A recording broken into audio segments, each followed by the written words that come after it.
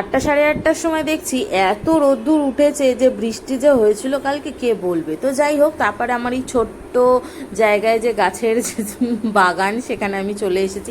অনেকে ছাদ বাগান থাকে, আমার ভাই এত এত কিছু নেই। যাই হোক, এই ছোটো এই 4-5টা মানুষকে নিয়ে আমি খুব খুশিই আছি। তো যাই হোক, দেখো এখানে না আমি লঙ্কার চারা দিয়েছিলাম, কত বড় বড় গাছ হয়ে গেছে। কি লঙ্কা দেবে কে জানে, আমি তো সেই খুব ঝাল লঙ্কা দিয়েছিলাম, যেহেতু আমি ভাবলাম যে হবে হয়তো। তো যাই হোক, তারপরে একটা সাবস্ক্রাইবার আমাকে বলেছিল ইউটিউবে, তো সে বলেছিল এরকম গাছটা তুমি কেটে দাও, যে দেখবে 3টে করে যখন পাতা বেরোবে তো তখন তোমার ফুল হবে। তো দেখো, আমি অন্য ডালটা অনেক দিন আগে কেটেছিলাম, ওখানে ফুল অলরেডি হয়েছিল।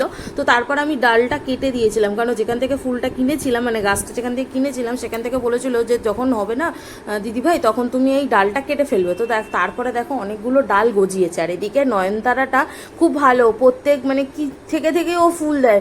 জবা ফুল যতটা না দিতে লেট করে, একটু তাড়াতাড়ি ফুল দেয়। তারপরে এই আর একটা জবা গাছ, এটাতে একটা জবা হয় অন্য রঙের। তো যখন হবে তখন দেখাবো। আমি এই জবা গাছটা থেকে মাত্র 2টো জবাই পেয়েছি। আর এই জবা গাছটা হেলে গেছে বলে একটা কাটা গাছ এনে ওখানে লাগিয়ে দিয়েছে। আমার কাছে কাটা গাছও আছে, ওটা হেলে পড়েছে। আর এইটা কালকে আমার মেয়ে ব্যালকনিতে দাঁড়িয়ে নয়নতারা গাছটাকে টেনে দিয়েছে। আর এই গাছটা সত্যি কথা বলতে না একজনের ছাদ বাগানে ছিল, আমাকে দিয়েছিল, আমি এনে লাগিয়েছি। এবার এর একটা ফুল ফুটেছিল, দেখো ওই জন্য মগটা আছে, আমি ওটা ওই জন্য কেটে দিয়েছি, মানে ছিঁড়ে দিলাম।